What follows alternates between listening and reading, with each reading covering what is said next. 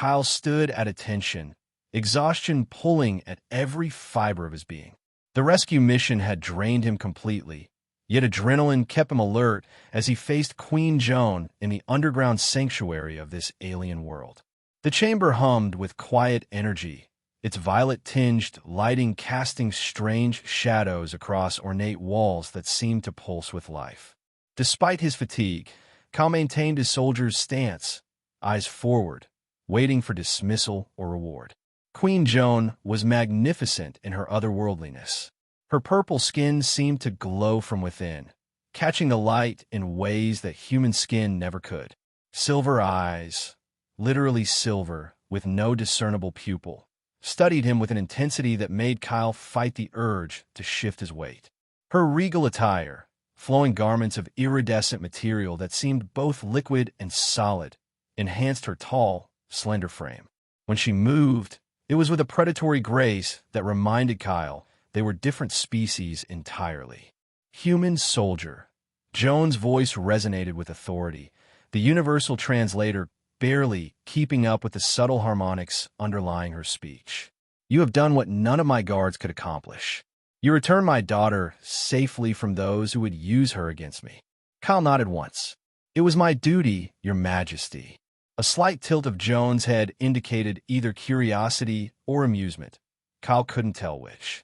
The Queen's expressions remained difficult to read despite weeks of diplomatic interaction between their species. Duty, she repeated, as if testing the word. An interesting concept. Will my people understand well? She descended 3 steps from her ceremonial chair, closing the distance between them. Nevertheless, your actions have created a debt, one I must honor according to our customs. Kyle tensed imperceptibly. He'd been briefed on alien customs, but nothing in his training had prepared him for the next words that left the Queen's mouth. I would like to invite you to spend the night in my private chambers, Joan stated, her tone as formal and commanding as when discussing matters of state. To share my bed as an expression of my deepest gratitude. Kyle's disciplined exterior cracked, his eyes widening before he could control his reaction. Your Majesty, Joan raised a hand, silencing him. There will be no touching, no physical intimacy. Simply rest and honor. This is our way of recognizing those who have saved the royal bloodline. Kyle's mind raced. Was this a test? A trap? Some political maneuver he couldn't comprehend? Or was it genuinely a cultural practice? Human-alien diplomatic relations were still new, fragile. The last thing he wanted was to create an intergalactic incident over a misunderstanding. Your hesitation suggests discomfort, Joan observed, those silver eyes scanning his face with unnerving precision. Perhaps human customs differ. They do, Your Majesty, Kyle admitted carefully. In human society, sharing a bed carries intimate implications. A faint smile appeared on Joan's purple lips. How fascinating. For us, it symbolizes trust, the ultimate vulnerability. She stepped closer, close enough that Kyle could detect an unfamiliar scent, something like ozone and exotic spices. You risked your life for my daughter. I offer you my trust in return. Kyle weighed his options. Refusing could be perceived as an insult, potentially undoing weeks of diplomatic progress. Accepting meant placing himself in a vulnerable position with an alien sovereign whose motives he couldn't fully comprehend. Yet something in her gaze suggested genuine gratitude, perhaps even curiosity. I accept your generous offer, Your Majesty, he finally said, bowing slightly. And I'm honored by your trust. Something flickered across Joan's face. Relief? Satisfaction? Anticipation? It vanished too quickly to interpret. Excellent. You will be escorted to my chambers at the evening cycle. Until then, rest, soldier. You have earned it. Kyle was dismissed with a regal nod. As he turned to follow the silent attendant who materialized at his side, he felt the weight of Joan's gaze on his back. Whatever was about to happen, he sensed it would be more complex than a simple night's sleep. Hours later, after a meal and some much-needed rest in his assigned quarters, Kyle found himself standing before an imposing door carved with symbols he couldn't decipher. The attendant who had guided him through the winding corridors of the royal residence bowed and retreated, leaving Kyle alone before the entrance to the Queen's private chambers. He took a deep breath, straightened his freshly cleaned uniform, and knocked. The door slid open silently, revealing a spacious chamber bathed in soft, ambient light. The architecture was both alien and beautiful. Curving walls embedded with what appeared to be living crystalline structures, furniture that seemed to grow organically from the floor rather than having been constructed. A large window revealed the planet's night sky, where 3 moons of varying sizes cast their glow. And there was Joan, standing by that window, her back to him. She had changed from her formal regalia into simpler attire, a flowing garment of silver blue that reminded Kyle of moonlight on water. "Enter," she said without turning. Kyle stepped inside, and the door closed behind him with a soft hiss that somehow felt unnervingly final. He was alone with the alien queen in her most private space. Vulnerability and uncertainty washed over him, but he maintained his composure. "Your chambers are beautiful, Your Majesty," he offered, unsure of the proper protocol. Joan turned then, and without her crown and ceremonial attire, she seemed somehow more real, less iconic. Her silver eyes regarded him thoughtfully. "Beauty serves function here. The crystals purify the air, the curves channel energy." She gestured toward what was unmistakably a bed, larger than any Kyle had seen, with a surface that seemed to hover slightly above its base. "Rest awaits. As promised, no touch. Only gratitude." Kyle nodded, his throat suddenly dry. The bed was enormous, easily accommodating 2 people with considerable space between them. Still, the intimacy of the situation weighed heavily on his mind. The silence stretched between them, thick with unspoken thoughts. "You remain uncertain," Joan observed. "Your species values privacy during rest." "Some aspects of it, yes," Kyle admitted. "But I respect your customs, Your Majesty." Joan moved toward the bed with that same fluid grace. "Then we shall honor both traditions. You may maintain your distance, and I mine. The offering isn't a sharing of space, not touch." She gestured to one side of the bed. Kyle hesitantly approached the opposite side, removing only his boots before carefully positioning himself on the edge of the strange, yielding surface. It conformed to his body in a way that was startlingly comfortable, almost like floating. Joan settled on her side, maintaining a respectful distance. The bed was so large that nearly 2 meters separated them. Still, Kyle felt acutely aware of her presence, the soft sound of her breathing, the faint shimmer of her skin in the dim light. Silence enveloped them, broken only by the distant hum of energy systems and the occasional soft ping from devices Kyle couldn't identify.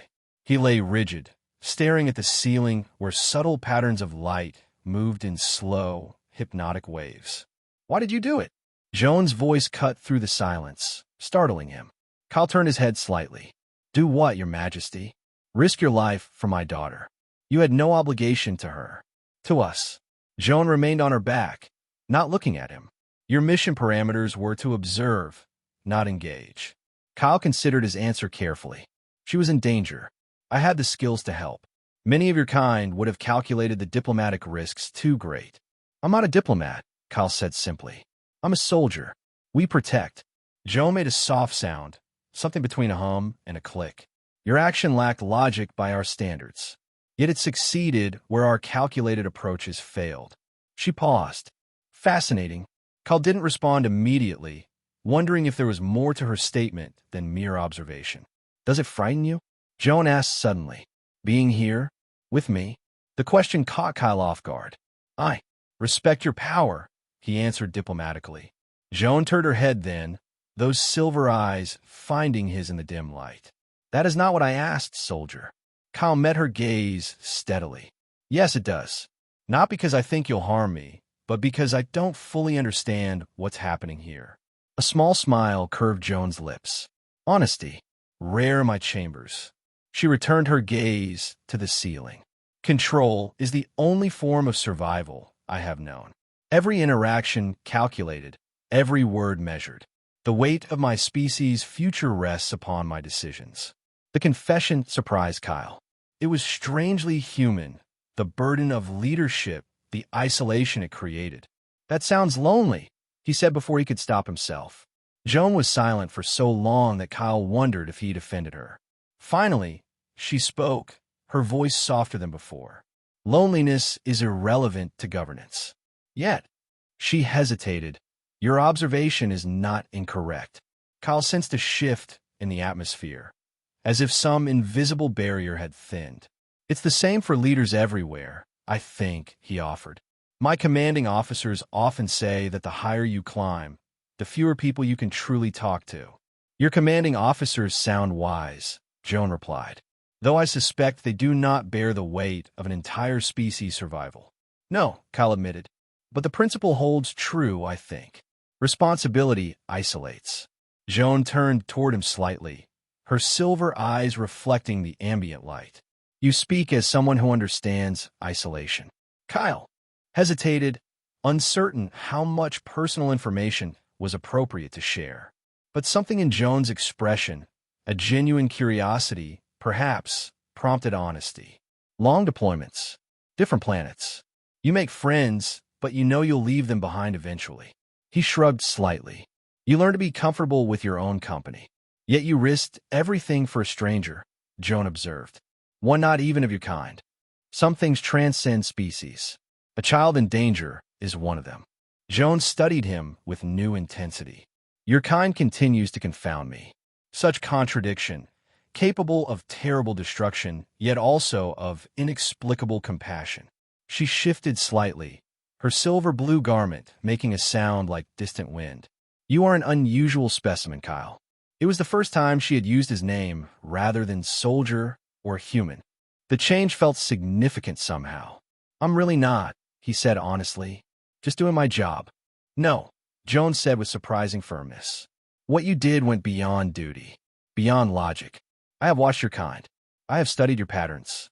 What you did was exceptional, even among humans." Kyle felt uncomfortable under the weight of her assessment. "You give me too much credit, Your Majesty." "Joan," she said suddenly, "in these chambers, when we are alone, you may call me Joan." The offer stunned Kyle into momentary silence. He understood enough about her culture to know this was no small concession from a sovereign. "Thank you, Joan," he said carefully, testing the intimacy of her name. A long silence followed, but it felt different now, less strained, more contemplative. Kyle found himself relaxing slightly into the strange, comfortable surface of the bed. "The rescue," Joan said eventually. "Tell me how you felt during it. Not the tactical aspects. Your military has provided those details. I wish to understand what you experienced." Kyle closed his eyes briefly, the memories still fresh. "Fear, mostly. Not for myself, but for your daughter. For what would happen to relations between our people if I failed." He paused. "Determination. Focus. Not hatred for her captors." Kyle considered this. No, they were obstacles to overcome, not enemies to hate. Joan made that strange humming clicking sound again. "Remarkable. My warriors are trained to channel hatred. It fuels their efficiency." "Hatred clouds judgment," Kyle said, repeating what he'd learned through hard experience. "It makes you predictable, yet your lack of hatred did not diminish your effectiveness. Perhaps the opposite." Joan's voice had taken on a thoughtful quality. "You continue to challenge my understanding, Kyle." The conversation lapsed into another silence. Kyle found his eyelids growing heavy, the exhaustion of the past days finally catching up with him. He fought against it, still uncertain of the protocol in this strange situation. "You require rest," Joan observed. "Your body shows signs of extreme fatigue." "I'm fine," Kyle insisted, stifling a yawn. "Sleep, Kyle," Joan said, her voice gentler than he had ever heard it. "That is part of why you are here. To rest in safety after your service." Kyle wanted to protest further, but the bed seemed to grow more comfortable by the second, his body sinking deeper into its embrace. "What about you?" he managed to ask. "My species requires less rest than yours," Joan replied. "I will simply be." The idea of being watched while he slept should have disturbed Kyle, but somehow it didn't. His eyes grew impossibly heavy, and the last thing he saw before succumbing to sleep was Joan's silver gaze, thoughtful and enigmatic in the dim light. Kyle wasn't sure how long he had slept when he drifted back to consciousness. The room's lighting had dimmed further, casting everything in soft shadows. He remained still, listening to the subtle sounds of the chamber, and realized that Joan was no longer lying silently. He could hear her moving, a soft rustling of fabric. He turned his head carefully and saw her standing by the large window again, her back to him, shoulders slightly hunched in a posture that seemed uncharacteristically vulnerable. "Joan," he said softly, uncertain if he should intrude on her solitude. She stiffened slightly, but didn't turn. "You should be sleeping." "So should you," he countered gently, sitting up. "Is everything all right?" Joan remained silent for a long moment before speaking. "I find myself disturbed by thoughts that should not exist." Kyle swung his legs over the edge of the bed, but didn't approach her. "What kind of thoughts?" Joan finally turned, and even in the dim light, Kyle could see a tension in her face he hadn't observed before. "I have built walls, Kyle. Necessary walls. To protect myself, my people, to survive in a universe that does not forgive weakness." She paused, her silver eyes troubled. "Yet you make those walls tremble." The confession hung in the air between them, heavy with implications neither fully understood. "I'm sorry," Kyle said, though he wasn't entirely sure what he was apologizing for. "Do not be," Joan replied. "It is enlightening. Uncomfortable, yet enlightening." Kyle stood slowly, maintaining his distance. Sometimes walls need to come down. Not all at once. Not completely, but enough to let something new in. Joan studied him with that penetrating gaze. "Something new," she repeated softly. "Yes, that is what you represent." She took a step toward him. "Tell me, Kyle, have you ever felt drawn to something you know you should avoid? Something that challenges everything you've built your existence upon?" The question resonated with Kyle in unexpected ways. "Yes," he admitted, "more times than I can count." "And what did you do?" "Sometimes I walked away. Sometimes I didn't." Kyle shrugged slightly. "The times I didn't were usually the ones that changed me for the better." Joan took another step closer. Even when it was frightening, especially then, they stood facing each other now, separated by barely a meter of space. The no-touch rule seemed to hum in the air between them, a boundary becoming more tangible the closer they stood. "Your daughter," Kyle said suddenly. "She has your eyes." Joan blinked, clearly surprised by the change in subject. "Yes. All royal bloodlines carry the silver gaze." She was very brave. When I found her, she wasn't crying or panicking. She was calculating escape routes. A small, proud smile touched Joan's lips. "She's being trained to rule." "She told me something," Kyle continued, "when I was carrying her out. She said her mother laughs when they're alone together, that you tell her stories about stars being born." Joan's expression softened visibly. "Children require different governance, more gentleness." "Not just children," Kyle said quietly. Something shifted in Joan's gaze, a vulnerability, a question. She raised her hand slowly, hesitantly, until it hovered just above Kyle's forearm without touching. "What if," she whispered, "the rules were suspended, just between us, just for this night?" Kyle felt his heart rate accelerate. "Which rules?" he asked, though he knew. "No touch," Joan said, her voice barely audible. "What if that rule no longer applied?" Kyle looked at her hand, still suspended above his arm, not quite making contact. "That would depend on why you want to suspend it." Joan's silver eyes held his. "Because I wish to understand what I feel when I look at you. Because you have awakened something I believed long dormant." Her voice strengthened. "Because you saved what is most precious to me, and gratitude seems an insufficient response." Kyle took a careful breath. "If you're asking permission, I am." "Then yes," he said simply. Joan's hand descended those final few millimeters, her fingers making contact with his arm. The touch was electric, both literally as a small static shock passed between them, and figuratively as something profound and unspoken seemed to pass between them. Joan's eyes widened slightly. "Your temperature," she murmured. "Higher than ours. Is that a problem?" Kyle asked. Joan shook her head slowly. "No, it is pleasant." Her hand slid up his arm with tentative exploration, as if mapping unknown territory. Kyle remained still, allowing her to set the pace of this new development. When her hand reached his shoulder, she paused. "May I?" she asked, gaze flickering to his face. Kyle nodded, understanding her unspoken question. With deliberate slowness, Joan leaned forward and pressed her lips against his. The kiss was hesitant, experimental, the touch of someone discovering a new concept. Her lips were cooler than a human's, with that same faint scent of ozone and spice he'd noticed earlier. After a brief moment, she drew back, her silver eyes searching his face. "Is this correct? The human way?" Despite everything, Kyle felt a smile tug at his lips. "There's no single correct way," he said gently. "But yes, that was a kiss." "I have studied your species," Joan admitted. "But study and experience are quite different." "They certainly are," Kyle agreed. Then, with newfound boldness, he raised his hand to her face, telegraphing his movements to give her time to pull away if desired. She didn't. His fingers traced the contours of her cheekbone, marveling at the subtle differences in texture from human skin, smoother, with an almost imperceptible pattern beneath the surface.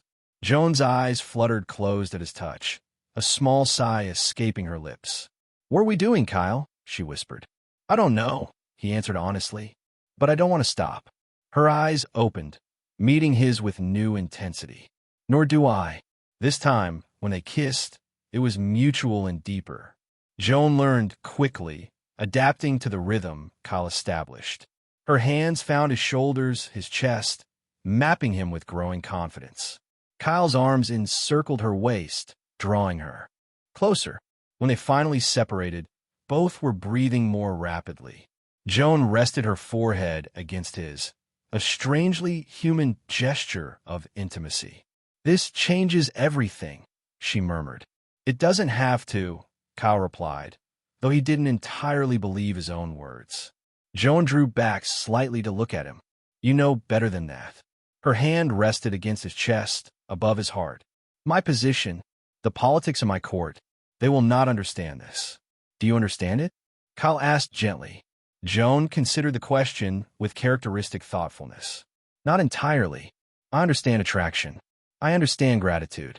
But this..." She shook her head slowly. "This feels like more. Something without category." Kyle smiled. "The best things usually are." Joan's answering smile transformed her face, making her look younger, less burdened. "Perhaps that is why I have avoided them for so long." She took his hand, leading him back toward the bed. "Come, let us explore this categoryless thing further."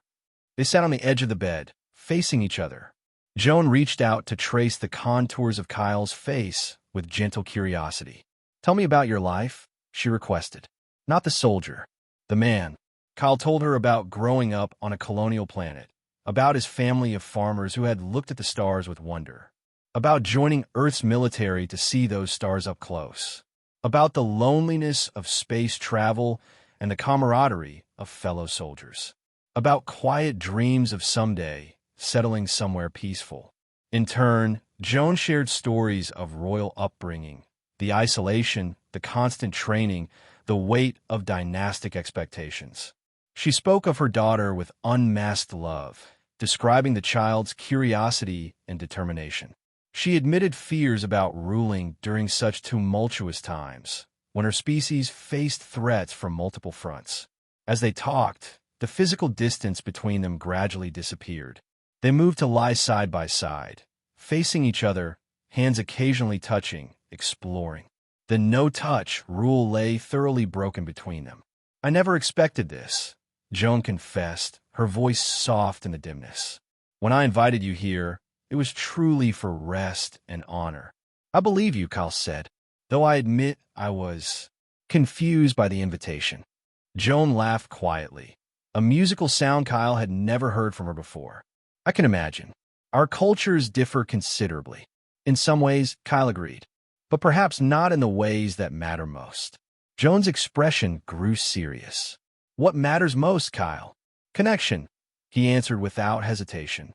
"Understanding. Finding someone who sees you, really sees you, behind all the roles and responsibilities." Joan was silent for a long moment, her silver eyes reflecting the dim light. I have not been truly seen in a very long time, she finally whispered. Kyle reached out, gently brushing a strand of her silver-white hair from her face. I see you, Joan. Not just the queen. You. The vulnerability in her expression was answer enough. She moved closer, seeking the comfort of his embrace. Kyle held her gently, marveling at how natural it felt to hold this alien being in his arms. They remained that way, sometimes talking softly, sometimes simply being as the night deepened around them. Occasionally they would kiss, each time with greater familiarity and comfort. They explored each other with respectful curiosity, learning the differences and similarities between their species. Eventually, Joan drifted into the light sleep her kind required, nestled against Kyle's chest. He remained awake a while longer, watching the slow movement of the moons through the large window, contemplating the extraordinary turn his life had taken. He knew that morning would bring complications. Politics, protocols, prejudices, all would reassert themselves in the harsh light of day.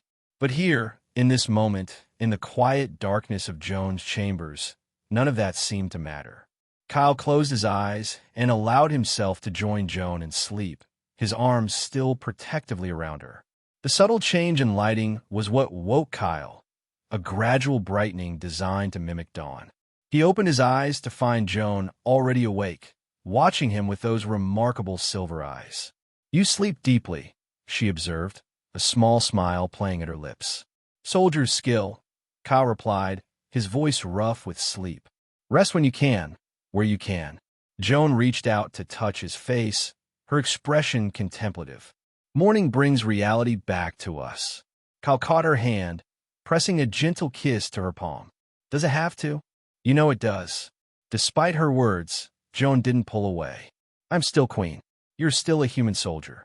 The court still exists, with all its expectations and demands.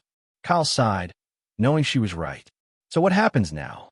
Joan sat up, the sheet falling away to reveal her simple, sleeping garment.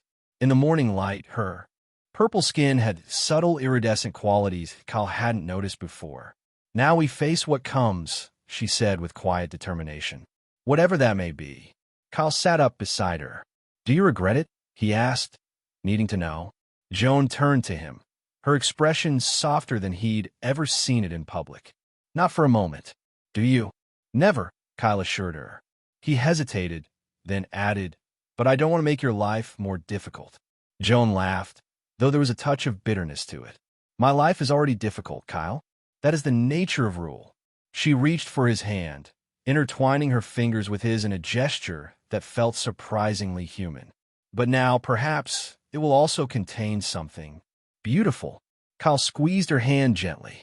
What do your people do when they find something unexpected like this? Joan considered the question. Traditionally, they analyze it, classify it, control it. She met his gaze steadily. But I think perhaps it is time for new traditions. Hope flickered in Kyle's chest. I'd like that. They rose from the bed reluctantly, each returning to their respective roles bit by bit. Kyle put on his uniform, Joan her more formal attire. With each piece of clothing, the distance between soldier and queen seemed to grow, and yet something essential had changed. The way Joan's gaze lingered on him, the small smile they shared when their eyes met. These spoke of bridges that could not be unbuilt. When they were both dressed, they stood facing each other in the center of the chamber. Joan reached up to straighten a detail on Kyle's uniform, her touch lingering. My advisors will disapprove, she said matter-of-factly. Mine too, probably, Kyle acknowledged. There will be talk of political motives, of manipulation, of inappropriate relations. Kyle nodded. I know. Joan's silver eyes held his. It will not be easy. The worthwhile things rarely are. A smile bloomed on Joan's face. Genuine, warm, transformative. You continue to surprise me, Kyle. I hope to keep doing so, he replied honestly. Joan stepped back slightly, visibly gathering her royal composure around herself like armor. I must return to my duties. As must you. Kyle nodded, straightening to attention out of habit. Yes, your majesty. Joan's expression softened again. But perhaps you might join me again tonight? Not out of gratitude this time. Out of what, then? Kyle asked, though he knew the answer. Out of desire, Jones said simply. Out of connection. Out of the wish to continue whatever this is between us. Kyle smiled. I'd be honored. No, John gently. Not honor. Not duty. Just us. Kyle and Joan. Kyle and Joan, he repeated, liking the sound of it. I'd like nothing more. They walked together to the chamber door. Before opening it, Joan paused, turning to Kyle one last time. Whatever happens next, she said quietly, know that you have changed me, Kyle, in ways I'm only beginning to understand. Kyle took her hand one last time before they would step back into their separate worlds. You've changed me too. Joan activated the door mechanism, and it slid open to reveal the corridor beyond and the reality that awaited them. She straightened, her regal bearing returning instantly. Until tonight, soldier, she said, just loudly enough for the guard stationed farther down the hall to hear. Kyle bowed respectfully. Until tonight, your majesty. They stepped through the doorway together, ready to face whatever consequences their night of connection might bring, separate in public, but united in ways that transcended species, rank, and expectation. Whatever challenges lay ahead, they would meet them together, transformed by a night that had begun in gratitude and ended in something far more profound.